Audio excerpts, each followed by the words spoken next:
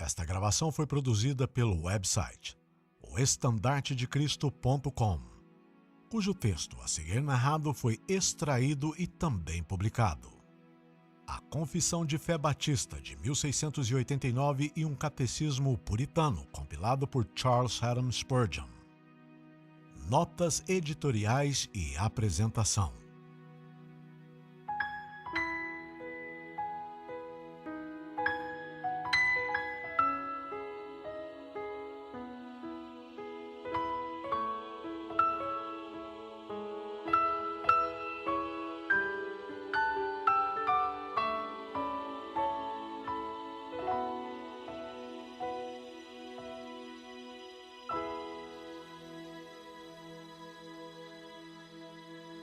Tradução dos originais em inglês: The Baptist Confession of Faith of 1689 and the Puritan Catechism with proofs compiled by Charles Haddon Spurgeon via prognosco.com, reformed.org and ccel.org.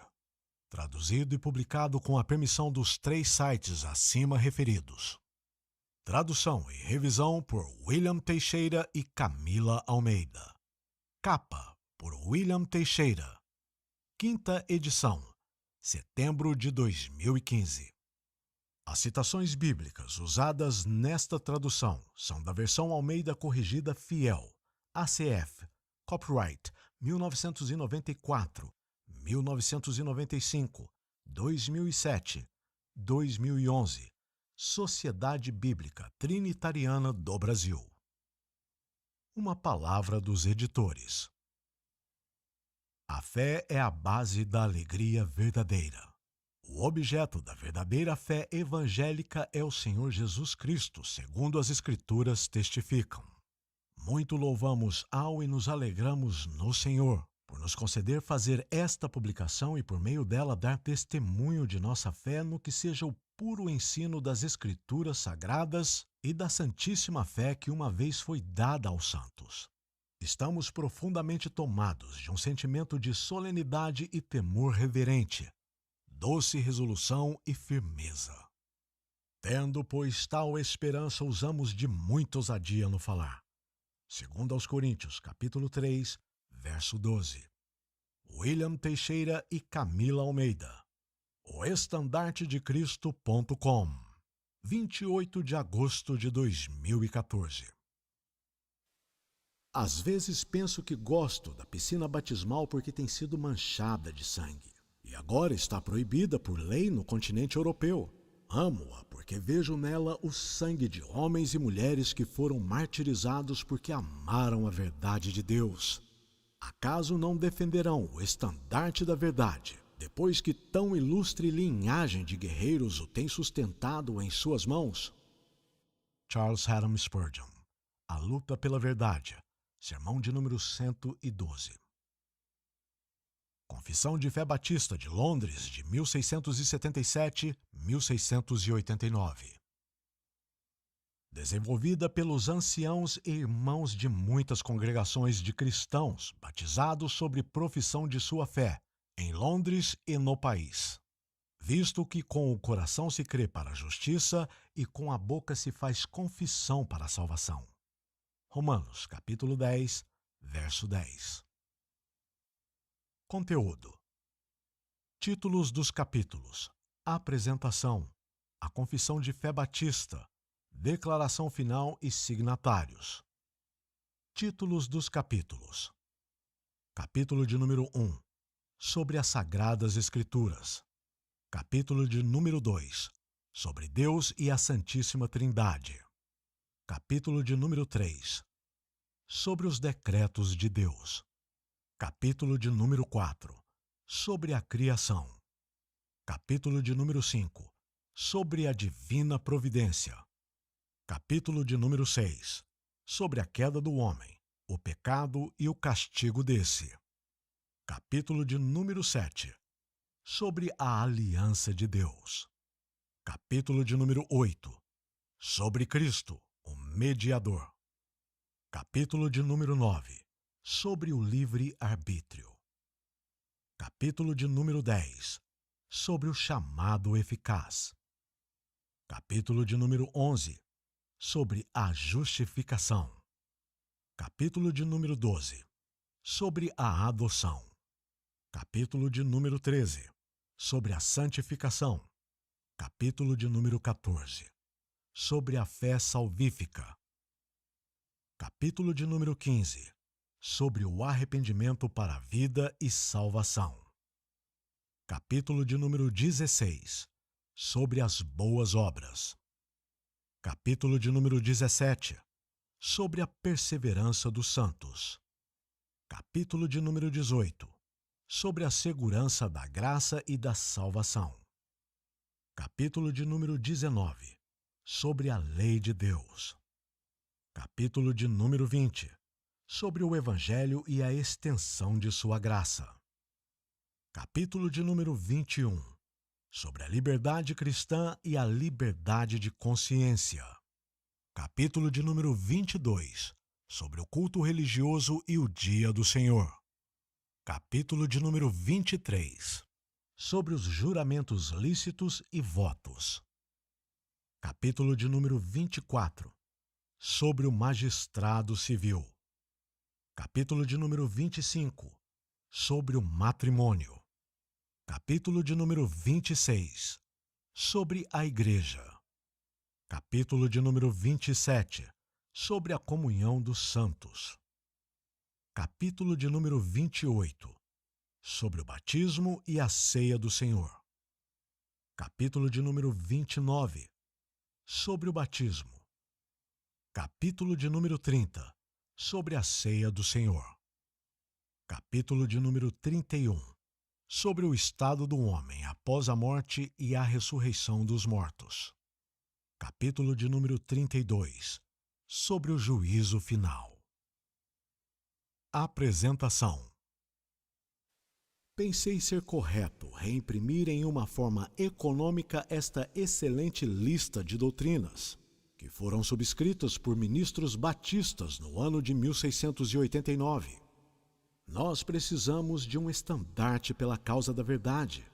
Pode ser que este pequeno volume ajude a causa do glorioso Evangelho, testemunhando claramente quais são as suas principais doutrinas. Que o Senhor em breve restaure à sua Sião a pura linguagem e que os seus vigias vejam olho a olho. Assim escreveu o jovem Charles Haddon Spurgeon, então no segundo ano de seu ministério em New Park Street Chapel, Southwark, em um prefácio dirigido a toda a família da fé, que se alegra nas doutrinas gloriosas da livre graça com o qual ele prefaciou esta confissão quando ele a publicou em outubro de 1855. A própria confissão foi compilada pela primeira vez pelos anciãos e irmãos de muitas congregações de cristãos, batizados mediante a sua profissão de fé, em Londres e no país, como eles se descreveram na ocasião, no ano de 1677. Ela baseou-se e extraiu a sua inspiração da confissão elaborada pela Assembleia de Teólogos de Westminster numa geração anterior, e na verdade só difere dela em seu ensinamento sobre tais assuntos como batismo, a ceia do Senhor e governo da Igreja, sobre os quais, dentre as igrejas reformadas, os batistas diferem dos presbiterianos. Por medo de perseguição, os compiladores da Confissão de 1677 não assinaram seus nomes. Mas quando, em setembro de 1689, depois da Revolução do ano anterior, os ministros e mensageiros das igrejas puderam se encontrar em tempos mais pacíficos, 37 deles, incluindo todos os ministros batistas mais eminentes da época, assinaram seus nomes para a recomendação que circulou entre as igrejas. Depois disso, entre 150 e 200 anos, esta permaneceu a confissão de fé definitiva das igrejas batistas particulares ou calvinistas da Inglaterra e País de Gales. O Sr. Spurgeon, todavia, quando republicou esta confissão, não meramente a prefaciou com certas palavras de recomendação geral. Ele também dirigiu à sua própria igreja em New Park Street algumas palavras práticas de conselho sobre como eles deveriam usar a confissão. estas ainda hoje são relevantes.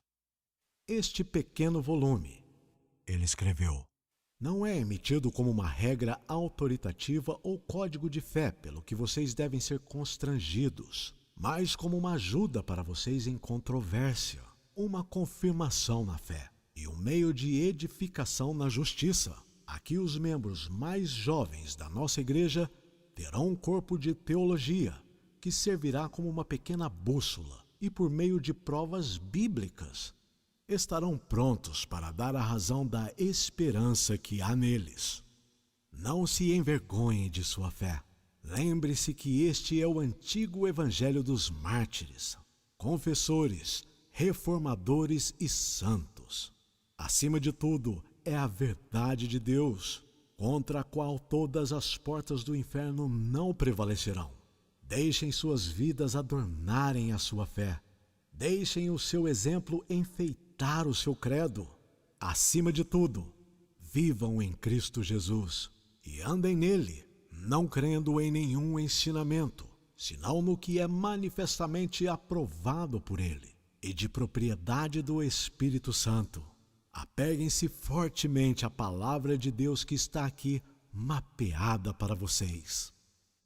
Esta nova edição da Confissão é enviada como um empreendimento privado por um pequeno grupo de batistas que estão convencidos de que eles têm uma mensagem para esta geração e acreditam que sua publicação está muito atrasada.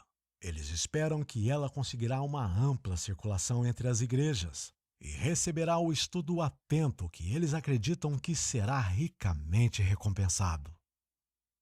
Na Inglaterra, durante 1630 e 1640, congregacionais e batistas calvinistas surgiram a partir da Igreja da Inglaterra. Sua inicial existência foi marcada por ciclos repetidos de perseguição nas mãos da religião estabelecida pela coroa e pelo parlamento.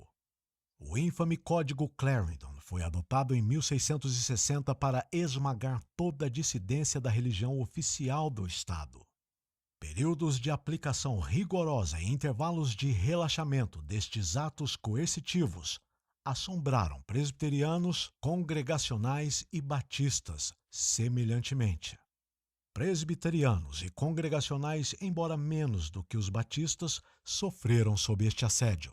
Não pouca razão para o seu relativo sucesso em resistir à tirania do governo era a sua frente unida de acordo doutrinário. Todos os presbiterianos permaneciam com sua Confissão de Westminster de 1646. Os congregacionais adotaram praticamente os mesmos artigos de fé na Confissão de Savoy de 1658. Sentindo a substancial unidade deles com os pedobatistas, sofrendo sob a mesma cruel injustiça, batistas calvinistas se reuniram para publicar sua substancial harmonia com eles na doutrina. Uma carta circular foi enviada às igrejas batistas, especialmente na Inglaterra e no país de Gales, pedindo que cada assembleia enviasse representantes para uma reunião em Londres, em 1677. Uma confissão conscientemente modelada à Confissão de Fé de Westminster foi aprovada e publicada.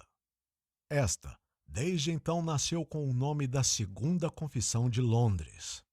A primeira Confissão de Londres fora emitida por 7 congregações batistas de Londres em 1644.